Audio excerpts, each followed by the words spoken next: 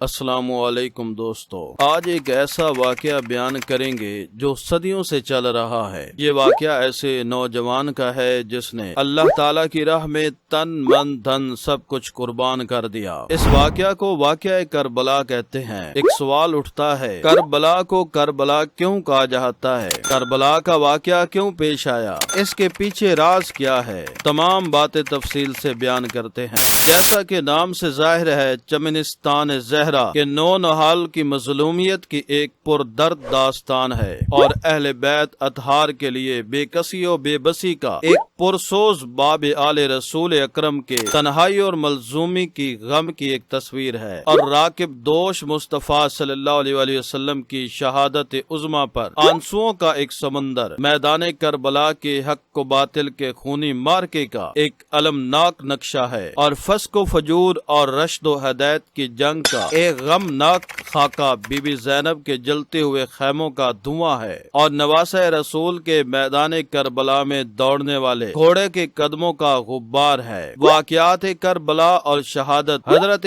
امام حسین رضی اللہ عنہ کا تاریخی پس منظر اور اس کے اسباب کو اگر تفصیل سے لکھا جائے تو اس کے لیے ایک پوری کتاب کی ضرورت ہے، مگر میں نے تاریخ، واقعات کربلا اور اسباب شہادت حضرت امام حسین علیہ السلام لکھنے سے قصداً اجتناب کیا ہے، اس لیے کہ جب میں اس تاریخ اور اسباب پر نظر ڈالتا ہوں تو بنی ہاشم اور بنی امیہ کے درمیان چمکتی ہوئی تلواروں کی جھنکار اور تاریخ اسلام کے صفحات پر خون کے چھینٹوں کے سوا کچھ نظر نہیں آتا، اور میں کبھی قرآن پاک پر حضرت عثمان غنی رضی اللہ عنہ کے خون کے دھبے دیکھتا ہوں، اور کبھی کوفہ کی جامع مسجد میں نماز پڑھتے ہوئے حضرت علی رضی اللہ عنہ کی پشت پر زہر آلود خنجر پیوست ہوتا دیکھتا ہوں، اور جنگل جمل میں مجھے ایک طرف ام المومنین حضرت عائشہ صدیقہ رضی اللہ عنہ اونٹ پر سوار نظر آتی ہیں، اور دوسری طرف امیر المومنین حضرت علی رضی اللہ عنہ کے ہاتھوں میں شمشیر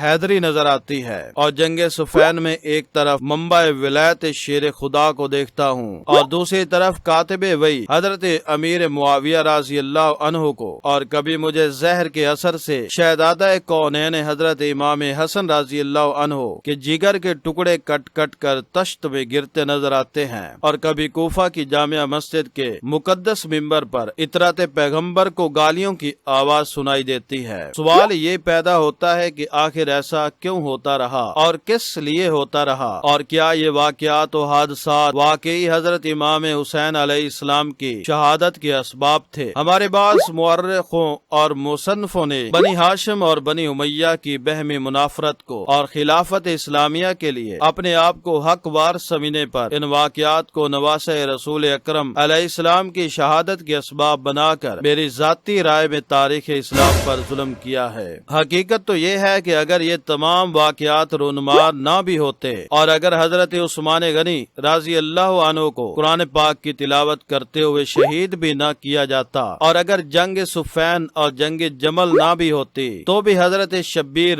رضی اللہ عنہ کی شہادت ہو کے رہتی، اس لیے کہ جب منجر صادق سید المرسلین صلی اللہ علیہ وآلہ وسلم نے اپنی حیات طیبہ میں ہی اپنی زبان پاک سے کئی سال پہلے ہی فرما دیا تھا کہ اس میرے بچے حسین علیہ السلام کو میری ہی امت شہید کرے گی، اور پھر حضرت جبریل علیہ السلام نے کملی والے آقائے دو عالم صلی اللہ علیہ وآلہ وسلم کو کربلا کی سرخ مٹی بھی لا کر دکھا دی تھی، اور ایک بوتل میں مظلوم کربلا اور آپ کے ساتھیوں کا خون بھی پیش کر دیا تھا۔ تو پھر حضرت امام حسین علیہ السلام کو اس مرتبہ شہادت پانے میں دنیا کی کوئی طاقت بھی نہیں روک سکتی تھی، اور جب احادیث نبوی صلی اللہ علیہ وآلہ وسلم سے یہ تمام چیزیں ثابت ہیں تو پھر وہ تمام اعتراضات بھی رفع ہو جاتے ہیں جو بعض لوگ اپنے بغض و عناد کی بنا پر امام علی مقام پر کر کے آپ کو درجہ شہادت سے بھی گرانا چاہتے ہیں۔ الغرض شہادت حضرت امام حسین علیہ السلام ایک فطری عطیہ تھا جو ازل سے ہی آپ کی ذات کے لیے لکھا جا چکا تھا، اور میری ذاتی رائے میں تو حق و باطل کا یہ ہونے معرکہ ہونا ضروری تھا، اس لیے کہ ابتدائے آفرینش سے لے کر اسلام کے سنہرے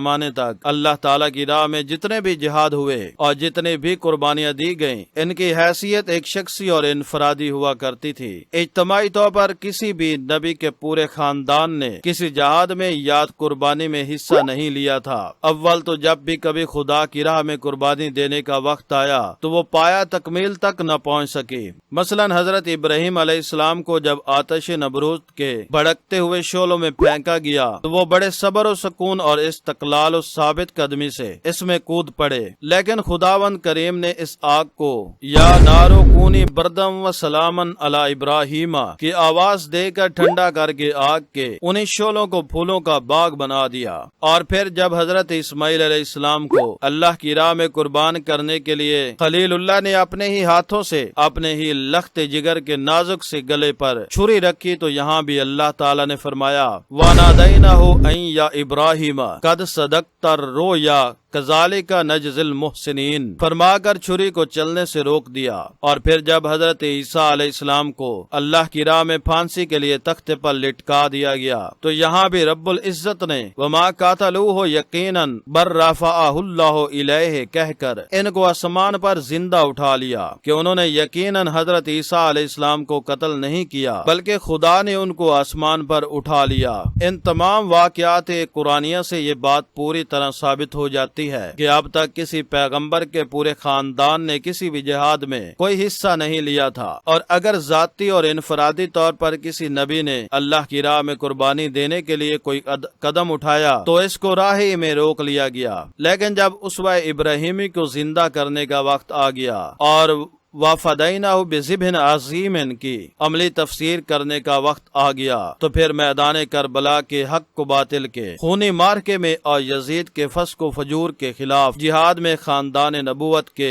زن و مرد، بال بچوں اور بوڑھوں اور جوانوں نے حصہ لیا۔ بی بی زینب نے حصہ لیا، بی بی شہربانو نے حصہ لیا، بچی سکینہ نے حصہ لیا، اون و محمد نثار ہوئے، قاسم قربان ہوا، عباس کے بازو قلم ہوئے، جوان اکبر کی لاش پر گھوڑے دوڑے اور شیر خوار عسکر کے حلق پر تیر لگا، اور اس طرح زمین کی آغوش جن کے پاک خون سے ابھی تک خالی تھی، کربلا کا میدان اس کے خون سے سیراب ہو گیا۔ غرضیہ کے حضرت امام حسین علیہ السلام کی شہادت عظمیٰ کا واقعہ کوئی انفرادی یا شخصی واقعہ نہیں ہے بلکہ نبوت کے پورے خاندان کا واقعہ ہے، اور اس کا تعلق اسلام کی اصل حقیقت سے ہے، دین کی اصل روح سے ہے، اور مذہب کی اصلی جڑ سے ہے، یعنی اس حقیقت اور اس روح سے ہے جس کی ابتدا حضرت اسماعیل علیہ السلام کی ذات سے ہوئی تھی، اور حضرت شبیر نے میدان کربلا میں اپنی سرفروشی سے اس کی تکمیل کر دی۔ اور اگر نواسہ رسول صلی اللہ علیہ وآلہ وسلم کی شہادت کے اسباب پر نظر ڈالی جائے تو مجھے اس کا ایک ہی سبب نظر آتا ہے، اور وہ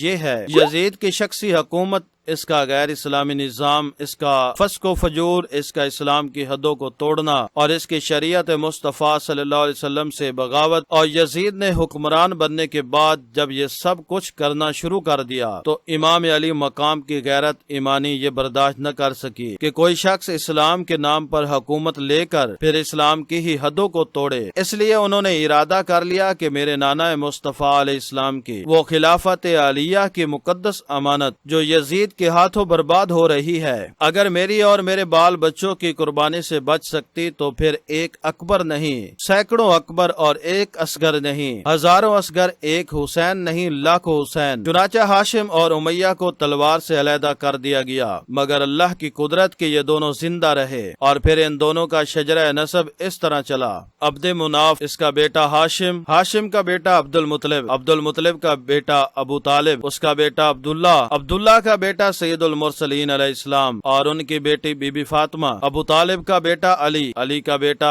حسن و حسین، اور امیہ کا بیٹا حرب، حرب کا بیٹا ابو سفیان، ابو سفیان کا بیٹا معاویہ، اور معاویہ کا بیٹا یزید ہے۔